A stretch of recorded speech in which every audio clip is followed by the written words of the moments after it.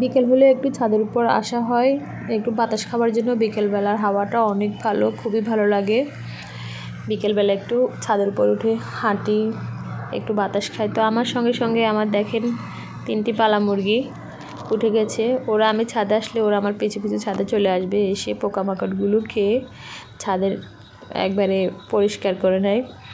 তো ছাদের উপর সবজি রয়েছে, বিভিন্ন আইটেমের গাছ রয়েছে, এগুলির সাথে পোকামাকড় যাই আছে সবগুলো এরা খেয়ে ফেলবে। তো প্রতিদিন কম বেশি একটু একটু ছাদে আসা আপনাদের সাথে একটু ভিডিও করে শেয়ার করা হয় মাঝে মধ্যে। তো আপনারা খুবই পছন্দ করেন এই ছাদের ভিডিওটি এবং এই মুরগিগুলি, অনেকে ভালো ভালো কমেন্ট করেন। তো যারা আমার ভিডিওগুলি দেখেন এবং ভালো ভালো কমেন্ট করেন তাদেরকে অসংখ্য ধন্যবাদ। তো এদিকে আবার দেখেন এটা হচ্ছে ঢেঁড়স গাছ। এই ঢেঁড়স গাছটা একবারে নিচ থেকে উপর পর্যন্ত 1টা 2টা করে ঢেঁড়স ধরা। আমি এভাবে প্রতিদিন উঠলেই ঢেঁড়সগুলো নিয়ে খাই। তো আজকে এটাও নিয়ে নিলাম। দেখেন মাশাআল্লাহ একবারে সতেজ টাটকা ফ্রেশ।